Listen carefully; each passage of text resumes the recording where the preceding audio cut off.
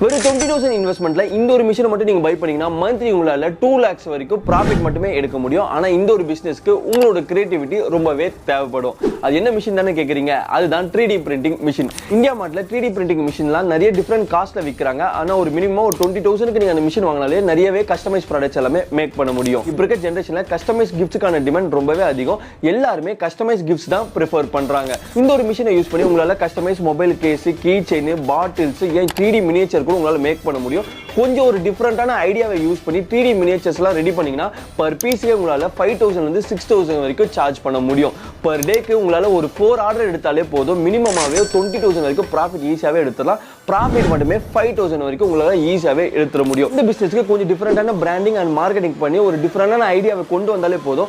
Monthly உங்களால 2 lakhs இருந்து 3 lakhs வரைக்கும் ஈஸியாவே ப்ராஃபிட் எடுக்க முடியும். இந்த பிசினஸை நீங்க பண்ணணும்னு நினைக்கிறீங்களா? அப்ப இந்த மிஷினை எங்க ஹோல்சேலா பை பண்ணலாம் and 100 different types of gifts எப்படி